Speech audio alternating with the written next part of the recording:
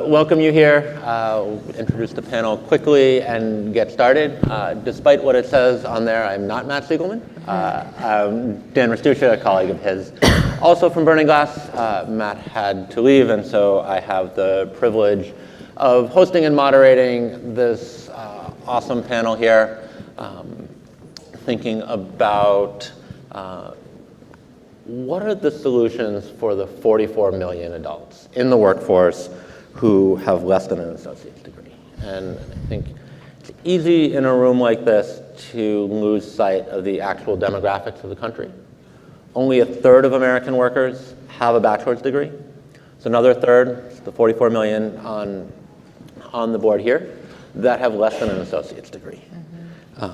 And too often this population gets overlooked in how we think about workforce development, workforce planning, how training resources get allocated. And so what we've done today is put together a panel with four people who individually and organizationally are leading the charge to think about what are solutions that can help engage those 44 million people in upskilling initiatives that that increase economic mobility, that decrease the risk that they'll get caught up in changing technology and automation, and generally get out of the kind of marginal economic situation that comes from unstable employment and low-wage jobs. And so we'll dispense with the usual introductions. Everyone here does really good work. They can introduce themselves quickly as they go, and you can see who they are on the board. But let's start out with Michelle. Would love for you to just give us the lay of the land. What is the scope of the problem as you see it? And you just did an amazing report focusing on a handful of on-ramp programs that are helping to engage and upskill workers. And so give us some examples that you're particularly excited about from that. Yeah, good morning, everyone. My name is Michelle Weiss. I'm with Strata Education Network, and I lead their Institute for the Future of Work. Thank you so much for coming out on the last day. We're happy to see people in the audience.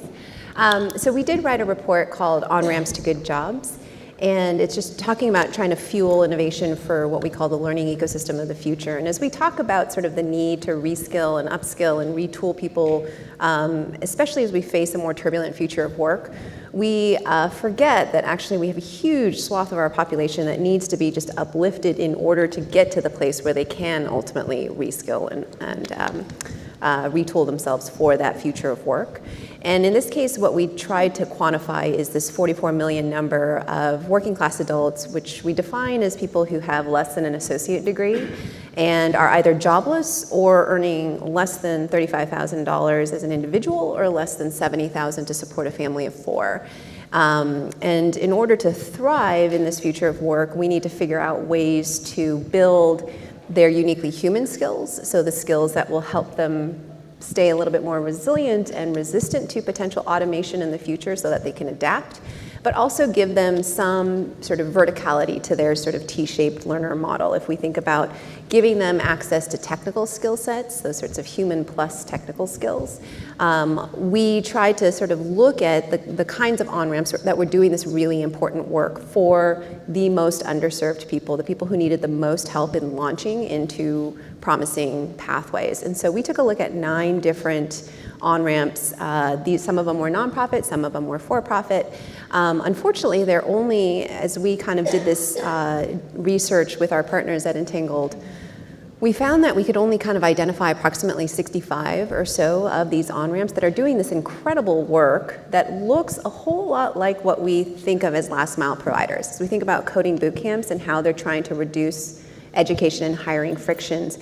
They're doing a lot of this important work, but on top of that, they're wrapping around enormous and critical, but also high-cost interventions around helping them navigate systems. Some of these folks are on public assistance. Many of them, in fact, are on public assistance. Some of them don't even have high school credentials. Some of them are formerly incarcerated adults.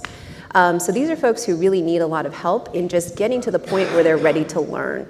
So there's a huge amount of wraparound services and then job placement services. These are incredible programs that have demonstrable outcomes that lead to sometimes 90% job attainment rates, doubling, tripling, or quadrupling the incomes of these learners. So we looked at places like Tectonic and JVS and JobTrain and Philadelphia Works, Perscolas, programs that were really attending to this specific population of 44 million adults. And I think the challenge is those 65 or so programs are attending to about 100,000 learners per year, not even close to attending to those 44 million. And so what we tried to do in this report is just sort of feature all the incredible work that's going on and the things that we should be proud of, but then think about what are the opportunities to scale some of these really important programs. Because as we are all at an event like this, 3 times the amount of investment actually goes into supporting services and programs for more well-educated, college pedigreed folks. Even federal funding tends to steer towards the younger college-going student population. And so how do we think about ways in which we can create better business cases for these enormously important programs? That's really what we feel like is the critical first step in building that kind of lifelong learning ecosystem that everyone keeps talking about, but we don't actually have the systems and the infrastructure to support it. So let me pass that challenge to Maria. Great, thanks. Michelle has left 43,900,000 workers who need on-ramps. How should we be thinking about how to scale? And how do we get from the kinds of excellent exemplar programs that are serving hundreds of thousands to programs that serve millions? No, I think it's a great point. And so hi, I'm Maria Flynn, I'm the CEO of JFF. It's great to see everybody. So we're really looking at how do you scale for impact. And I think that, and this is where I think as a field the discussion really needs to focus, because I completely agree. You have the Perscolases and the Europes and these programs that have wonderful evidence base behind them, right? And they're, frankly, written up in every report probably that you can read about effective workforce development programs, right? And so, to me, in some essence, that's not news, right? It's kind of like, I've been in the workforce field my whole career since 1991 through a couple of recessions, several presidential administrations. I feel like we, as a field, we know inherently what works, both inherently and with strong evidence base. What we have failed at as a field is how to really make any progress around scale, and that is hugely frustrating. I turned 50 yesterday, and as part of turning 50, I have really, decided that, I don't want to leave this field, the same way I found it in 1991, and I hope that that's something that you all can join me on, is how do we really kind of start having a different conversation?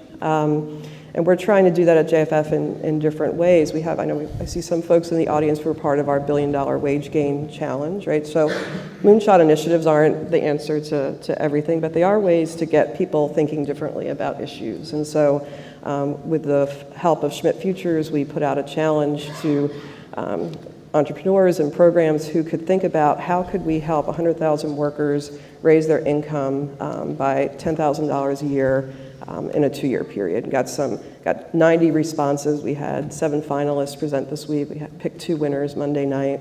We're also thinking about, how can we really bridge these systems of kind of the traditional system players and the technology solutions, because we at JFF believe that, you need the kind of the best of the both worlds. So in that case, we're working through our new affiliate organization called JFF Labs to really start to work directly with mission-aligned entrepreneurs, starting with a work-based learning cohort that Walmart has helped to support, which is fantastic, and really start to look at, how do these new models like Catalyte, like Nepris, like others, how can they really be leveraging, these traditional systems? How can they be focusing their outcomes on harder to serve populations and so on? We're going to be rolling out additional cohorts over the next couple of months. I also think that policy has to be a part of it, even if it's a frustrating environment right now in DC. I know this is something Danielle agrees with me on, is, and I spent most of my career at the Department of Labor in DC doing policy work, and there really is no policy for low-skill working adults. There just isn't, you know. So if you fall into that population, you know, you're not going to be covered by the workforce, by WIOA. You're not going to be covered by Perkins, you know. So it's like this is a population that is kind of falling into a black hole in that regard. So, you know, I think, so I guess to summarize, I think it's like, how do you get the bold ideas out there? How do you get systems and innovators working together in new ways? How can you change the policy discussion? You know, if we just keep scaffolding off of programs that were, you know, initiated during the New Deal, you know, we're not going to be building the workforce of the future that way. You know, so how can we think bigger and bolder around what is the policy infrastructure and the programmatic infrastructure that needs to exist? So I want to come back to the policy question, and the anxious and impatient person in me says, yes, we need to do that, and that is a long road. In the meantime, I'm going to guess some 30-odd million of the 44 million adults are currently employed. Michelle can correct my numbers if I'm off. But given that many of these workers are currently in the workforce, Leah, would love to have you talk a little bit about what is the role that you're playing at Coursera in empowering and encouraging employers to think about what is it that they can do to upskill their existing workforce? And what's the economic imperative for employers to do that? Absolutely. So it's good to meet you all. As Dan mentioned, my name is Leah, and I lead the part of Coursera that specifically partners with companies and governments and nonprofits to upskill their organizations.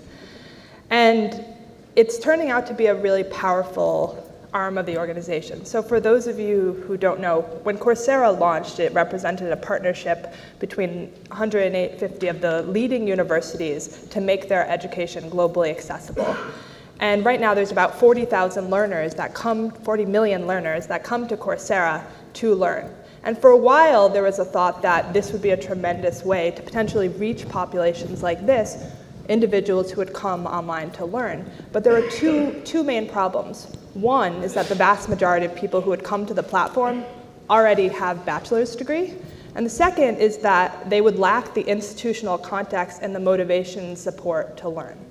So I think Michelle framed the challenge. You have these big, open, massive platforms that drive learning, and then these smaller organizations that are providing high-touch experiences. So what's happened, though, is over time, Coursera has had a lot of outreach from companies that are very focused now in a rapidly changing economy in transforming their talent and building new skills so that they can actually innovate and survive in companies.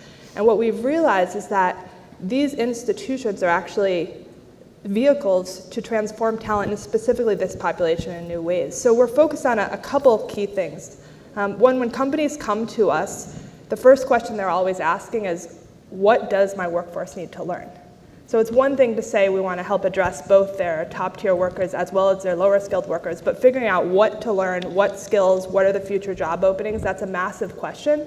And so what we've done is we've aggregated a lot of the data from this massive learner population to help companies say, these are the trending skills of the future, these are the future jobs that you want to develop in your industries, and these are skill paths that allow you to take a worker who may be in one field, a service line worker at a telecommunications company, a customer support person, and help them get into another field.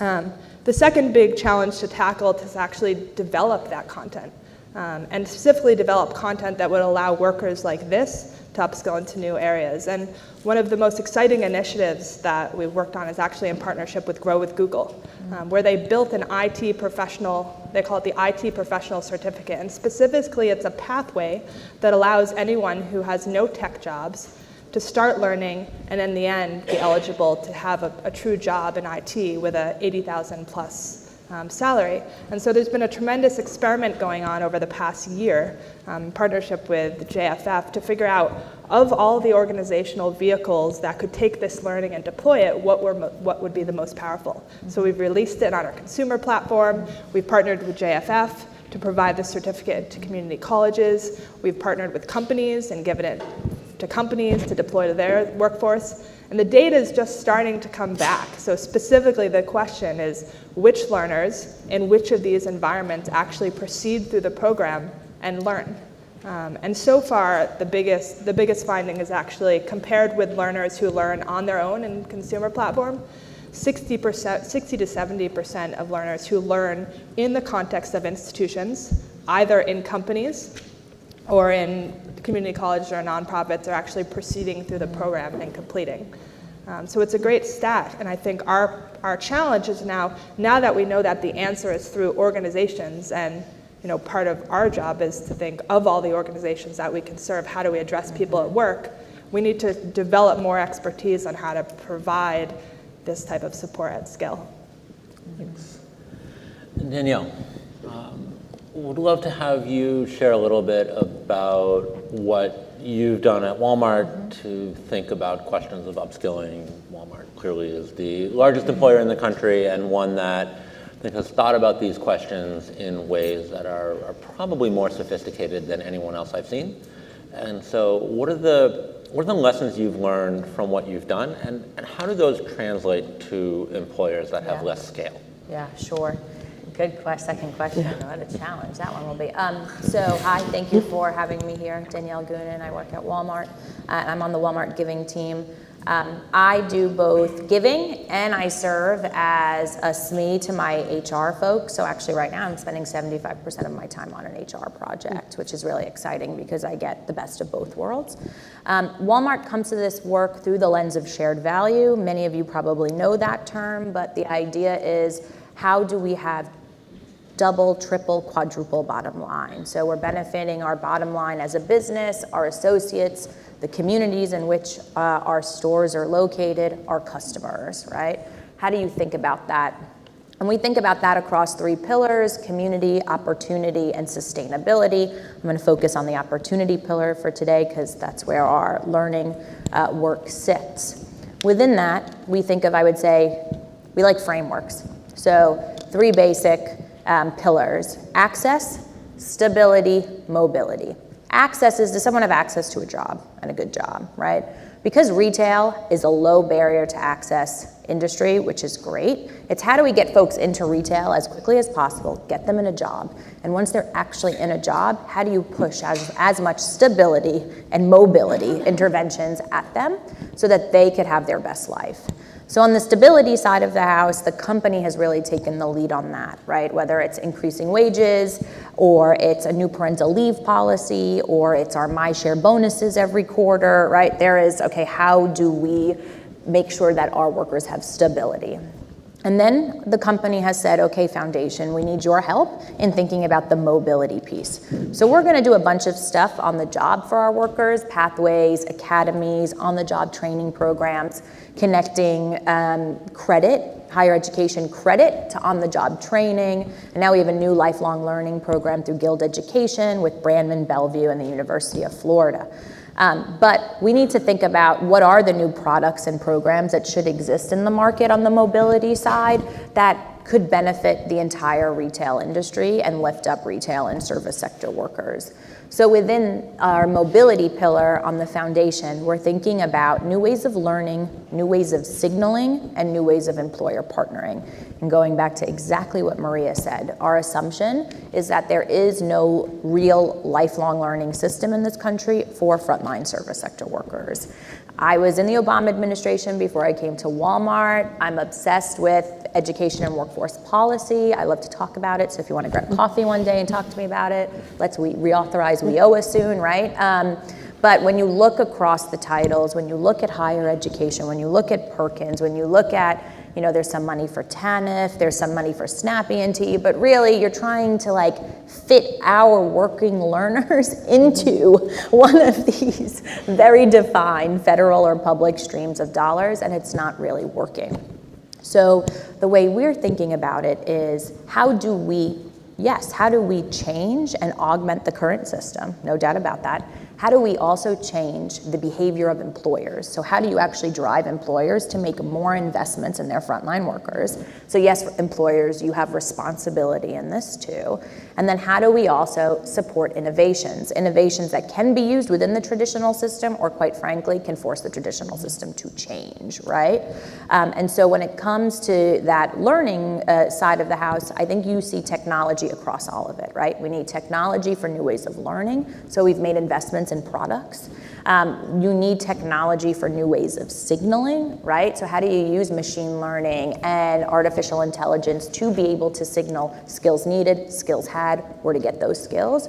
And employers, for scale, for cost efficiency, for all the things, access, they need to leverage tech products, right? Because when you're talking about, for example, 1.5 million employees, we can't develop a contract with every community college in the country. It is impossible. And for quality purposes, probably not the best way to go. So we use Guild as a way to say, what's the quality assurance? What providers are you bringing us to assess? And now what is the wraparound services you could provide our own employees as they go through their higher education journey? Can you put them in a cohort? Can you put them in, can you give them access to a coach, right? So that they feel like they're part of an institution, even though they're doing this online.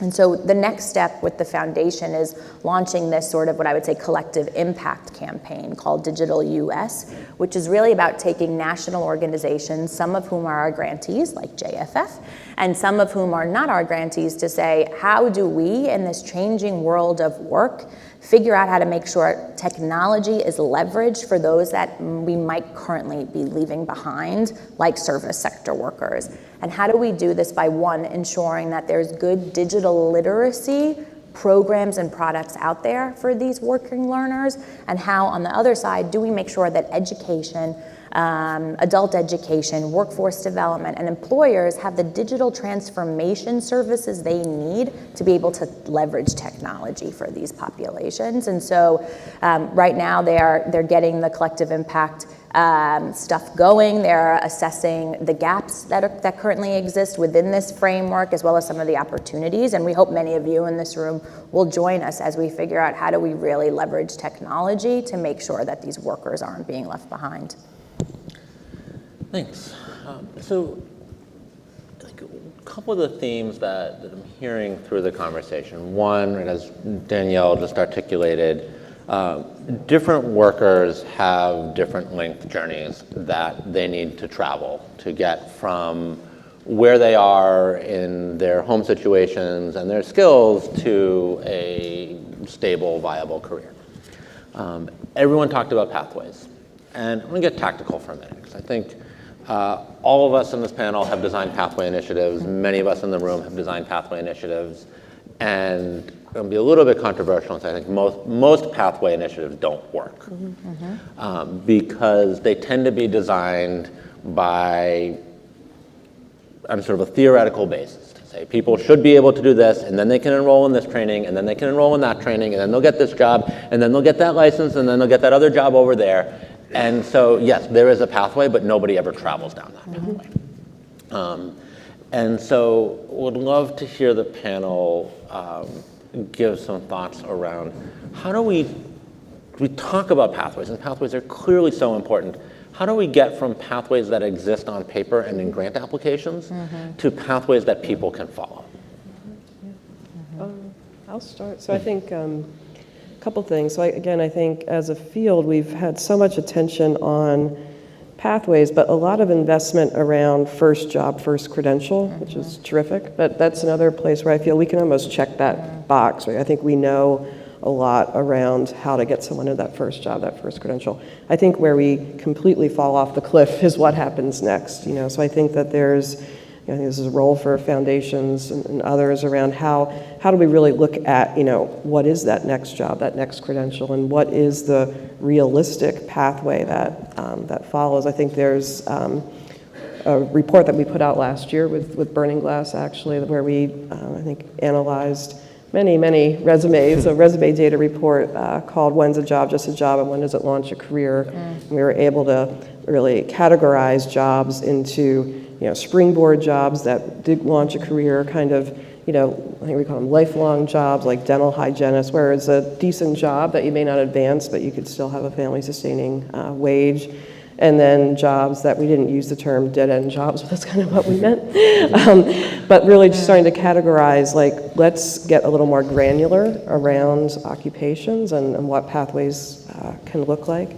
I think on the employer side, as Danielle said, there's a huge role, I think, for employers around this. And I think ideally, if we could start looking at what is actual advancement data within big companies, to what extent are folks moving up, the ranks, within companies, and then looking at a regional kind of ecosystem level, really start to look at advancement pathways within a region that may be within a company or maybe across companies, and starting to think more about like an advancement ecosystem in that regard.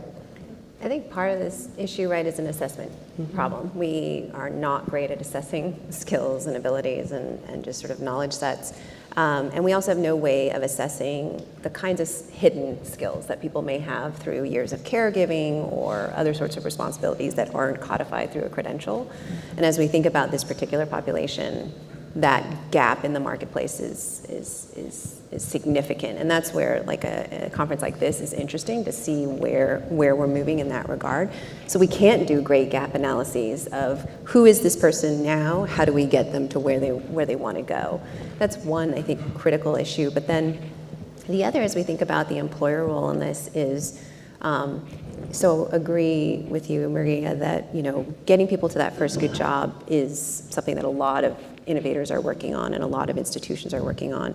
The challenge that we've noticed in these on-ramps to good jobs is that it's not even enough that you do all these different sorts of services and training programs to get these learners into that first good, or into a great sort of promising job.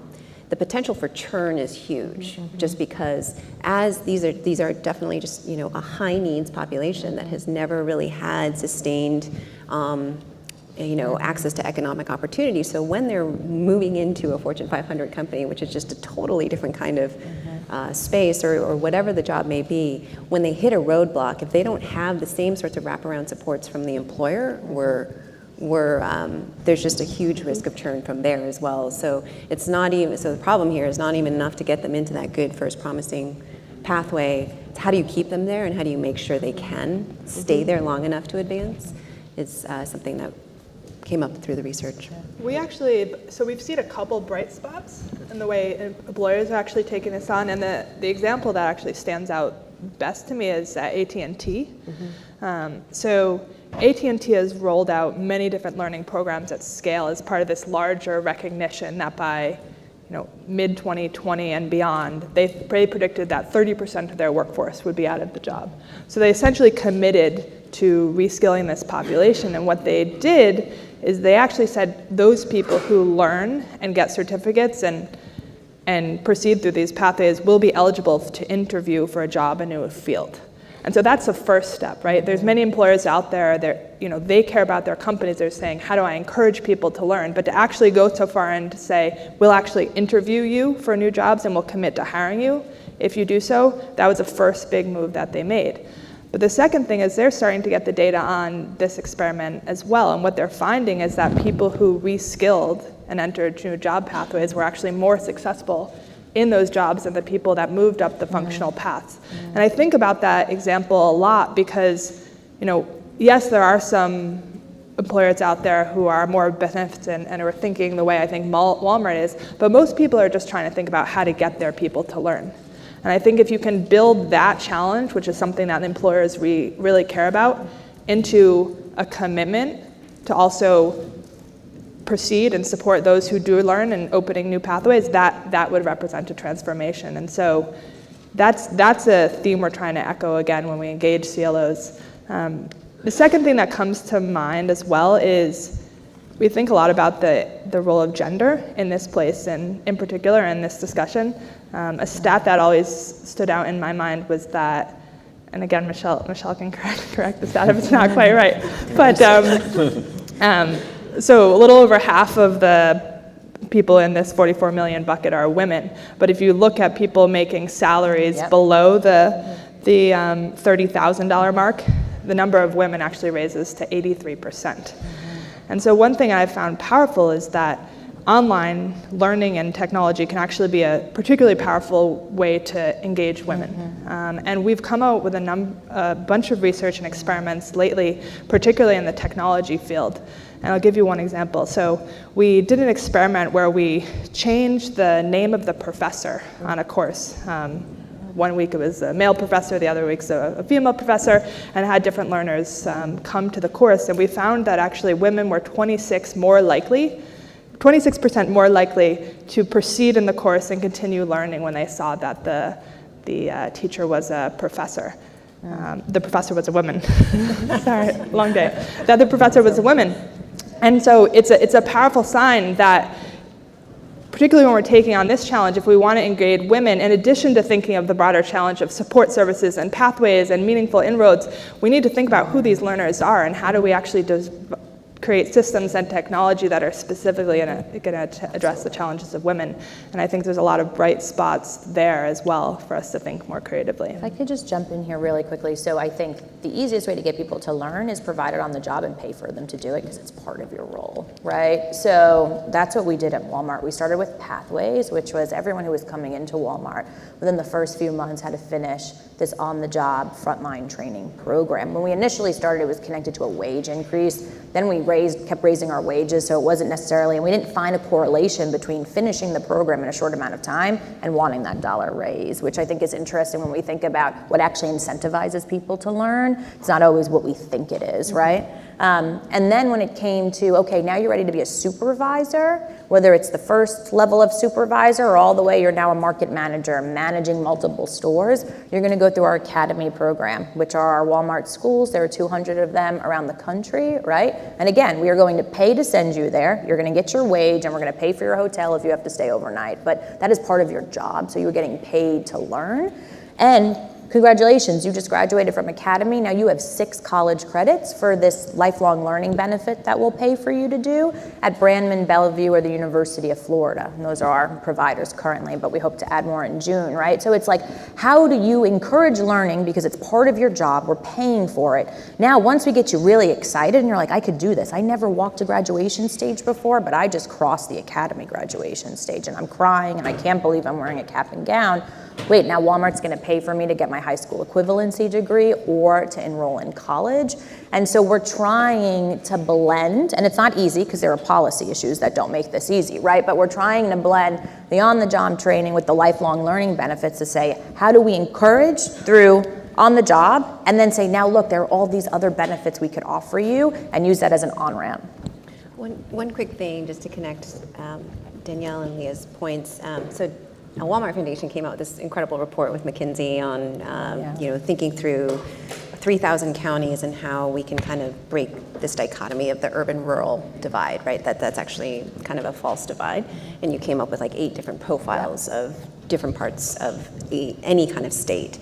And what's interesting there is we think about the motivations and like what is leading to pathways that actually do work.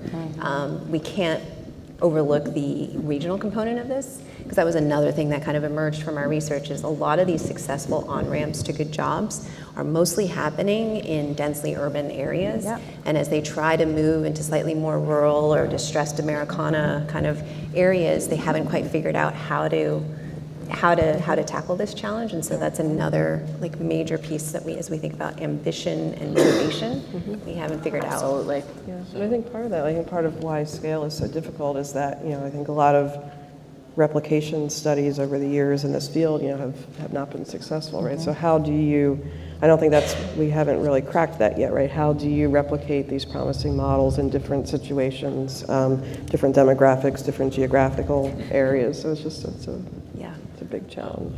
So I'm wondering if this is a little bit like the Oscars where they're starting music to tell us to hurry up. The clock here says we have 5 more minutes, so we're going to use it. But Maria, I promised to come back to policy. I'm going to continue to be impatient, because my family tells me I am. And so if we want to move the needle on this 44 million, right, and if we want it to be 39 million, so change the lives of 5 million people in the next 3 years, and I'm like, now it's like a genie, like we'll rub our little water bottle lamp. And you go, you get one, I want to call it a wish, you get one action and 1 minute each. What do you do? What's our time frame? Change 5 million lives in 3 years. I would kind of go the route that Danielle has kind of alluded to, is reimagining on-the-job training.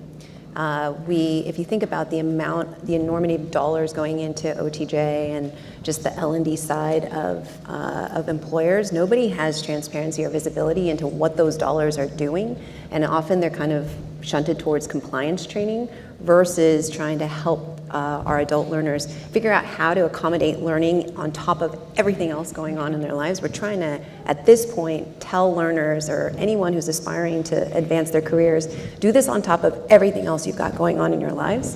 And that's just, we have to figure out how we incorporate on-the-job training in a much more deliberate and intentional and productive way, I think. I think I would sort of push to reimagine tuition reimbursement. There's about $20 billion spent on tuition reimbursement today, and largely it's through government tax credits. And I think there's an opportunity to reframe what employers have to do before they get those tax credits and focus that money on meaningful educational programs and paths that will actually have an impact, versus today it's a real free-for-all with very little strategic direction. I think I would actually take perhaps a risky bet and try to hop on the opportunity zone bandwagon, and how do you kind of leverage this kind of newfound interest in investing in communities and use that as a leverage point for really looking at the talent infrastructure within those communities. So one of the greatest unlocks we've seen in our grant work specifically has been on the English language learning side. The quickest sort of promotion ability has been unlocking language, at least in service sector employees. And so one of the programs, National Immigration Forum, has a contextualized ESL program for frontline retail workers. They delivered it historically through the non-credit side of a community college with a blended learning model, and now they're moving it more to a 100% digital version, and they're testing which versions work. They also have a corporate trainer version. 40% of folks after each cohort were promoted after 8 to 12 weeks access to English language learning. And I think that actually says something, right? It's that one thing that's holding them back. And we have all of this amazing immigrant talent in this country that if only we were unlocking that language piece, we could see real economic mobility. CELED is another tool where we have seen, they just won the Schmidt Futures Challenge. They are a portfolio company of the Employment Technology Fund. Walmart is one of the original funders of that patient capital fund. What we've seen through testing the tool with World Education, which is here in the room today, is that it unlocked wage increases for frontline healthcare workers, right? Because they needed frontline healthcare workers who could speak English to their clients, right? It makes a ton of sense, and employers are willing to pay for that, especially in a tight labor market. So when you talk about federal dollars or state dollars for English language learners, I mean, you're looking at Title II of WIOA, which is, what, $500 million a year, right? Across 50 states. I mean, it's pathetic. So I would love to see, like, what are some quick wins we could actually really dive into and push. Well, thank you. Please join me in thanking Michelle, Leah, Maria, and Danielle.